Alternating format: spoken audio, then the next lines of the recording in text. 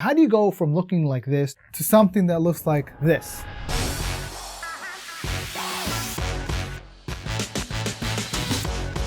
You'll notice that I'm no longer using a webcam, because if I were to apply the same kind of environmental settings with regards to lighting and things like that, it's going to end up looking like this.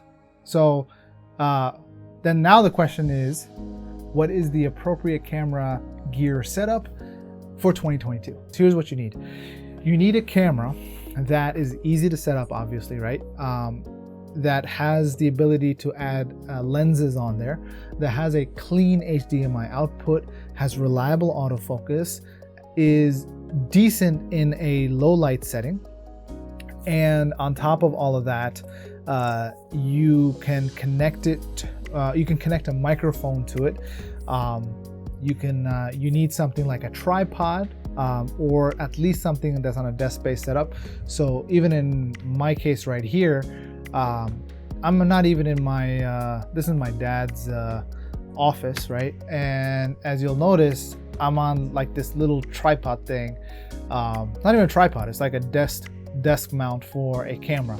So as long as you've got something to mount your camera on, and also something to take the image that's going from your camera into your laptop that will also take the audio that's being recorded all at the same time. So this is the basic stuff you need. Now the question is, what are my recommendations? So if you're on a tight budget, I would say consider looking into the Canon T100. T as in Terry, T as in Tom, 100.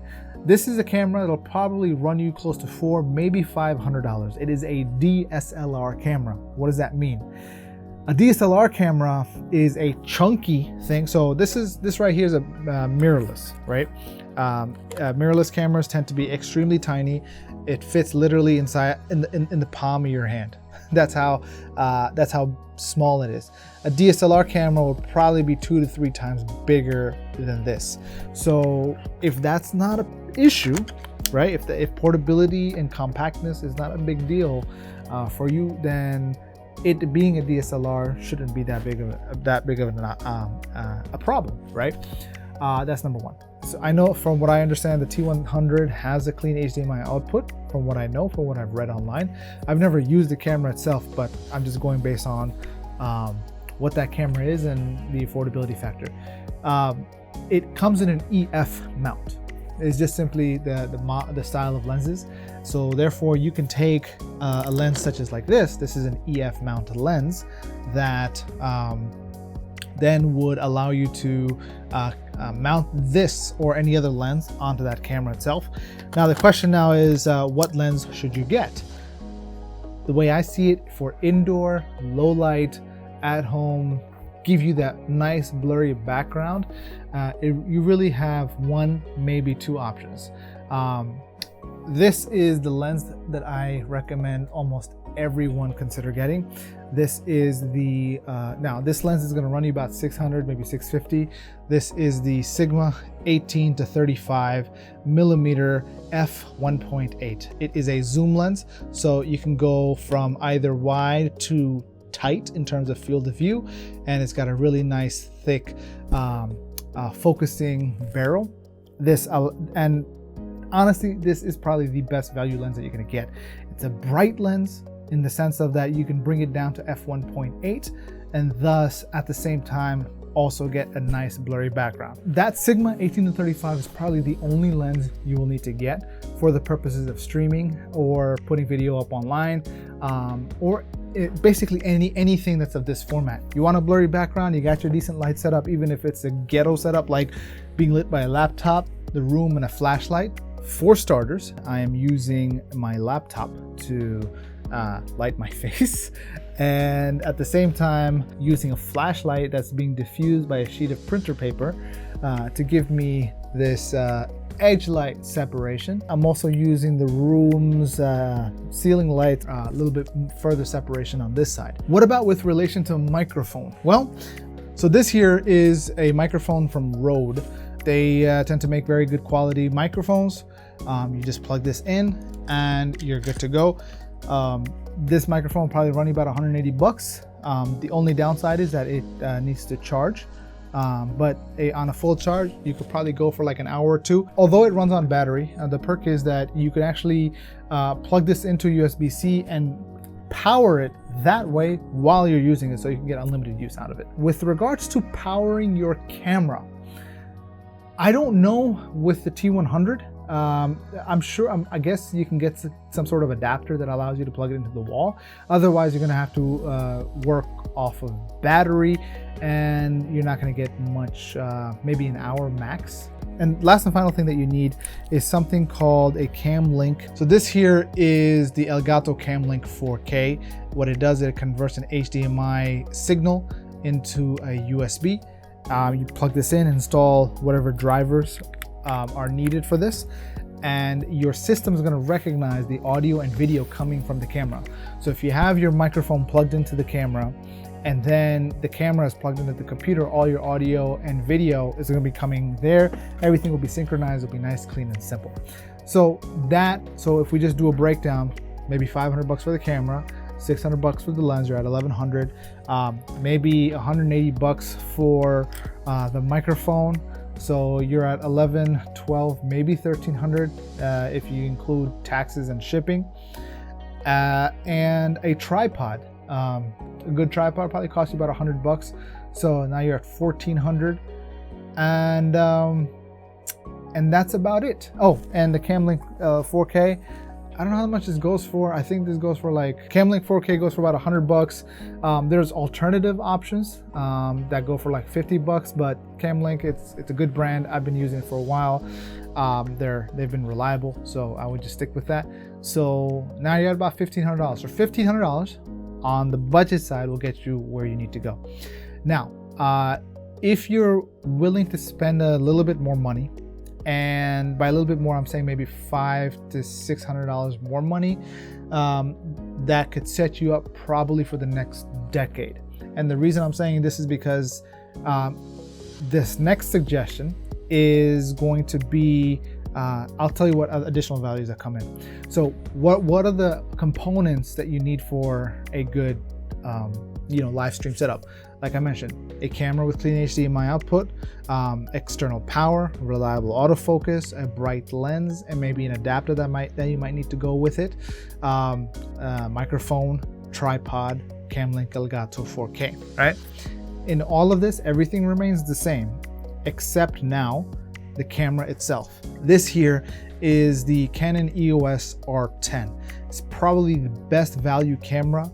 And I've been using this thing for 2 days. I'm borrowing it from a friend, and I wanted to try it out. He's out of the country. My job is to help get this thing set up and ready to go, so when he arrives, he's able to use it for this very kind of purpose, which is live streaming kind of stuff. The great thing about this camera, I'll tell you some of its benefits and features. So number one, does it have a clean HDMI output? Yes. Okay. It uses a new and updated mount called the RF mount from Canon. You don't necessarily have to worry about that. All you need to know is that you just need to get an adapter. What is said adapter? So this here is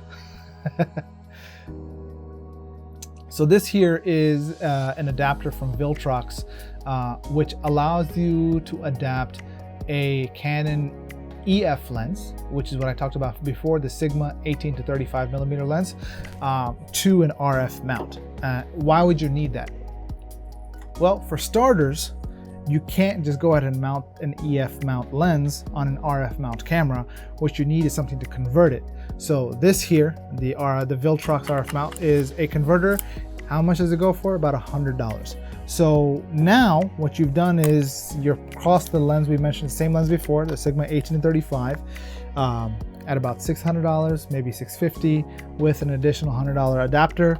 You go ahead and mount that on, boom, you're good to go. And this thing should work without any issues. And this is basically this is what your setup would look like. So again, now the question is, how much does a camera cost? This camera goes for about $1,000 instead of $500. But this is a brand new camera. It gives you best quality 4K image if you want to record. But even if you're not recording and you're just streaming, it'll give you, what this is doing essentially is that it's actually a 6K image that the system is then compressing or squeezing down into a 4K picture, which gives you a really sharp 4K, and then you then stream that through the internet into whatever it is, which is like a 1080p or 720p image. So you're getting a really clean 1080p, 720p image. Now, could you get similar results on say a 1080p camera that then goes into 1080p? Yeah, but the other major perks of this, which the T100 that I mentioned earlier will not do, is that this gives you unlimited record time. If you even wanted to record yourself, you can do so, as long as you got an SD card in there. SD card might cost you another maybe $100. If you get one 256 gig card, that's gonna cost you about 50 bucks. I would suggest get two of them, just so if one is full and you're transferring, you're gonna wanna copy that over, and then you can just continue using another one. It would also be a good idea to spend another 100, maybe 200 bucks for an external hard drive. These are things that you wanna have. If you're gonna do recording with the camera, you need a hard drive to store that stuff on. So that's the only difference. Now, what are the additional value factors here? So you can get the best autofocus. It's also gonna take good pictures if you wanna do that, beyond just streaming. It has all of those features. I don't think it's worth considering any of the other options in between, right? So you either have the really cheap option or you have this option, which actually gives you everything that you need, plus more, and set you up for the next probably 5 years at least. So just as a review, EOS R10, that gets you about puts you back about $1,000, adapters $100, lenses $600. So that's about $1,700, right? Then we look at the Rode, which is 180. Let's make it 200, so 1,900. Then you're looking at the Cam Link, which is about 100, so you're about 2 grand. SD card, get 2 of them, that's another 100, so 2,100. You get a tripod, that's another 100 bucks. Good. Again, these are rough estimates. You could probably get a little bit cheaper, but let's just say a tripod is 100 bucks. So you're at 2,200, and maybe a couple of lights, that's like 50 bucks. So 2,250. So 2,250 versus 1,500 or 1,600, and you know, consider like this is with taxes and whatnot. These are your two options. If you get the $1,500 option, it'll do what you're trying to do, limited to streaming. You want to go beyond that, you're gonna hit a bunch of roadblocks. But if you're looking to do streaming and recording with the best option there, with this one and done lens, then this is your best option. This is probably the best investment you can probably make for these kind of things. So again, if you have any questions, let me know. Hit me up, let me know in the comments, or whatever other communication means there are, and I would be more than happy to help. I'll see you soon.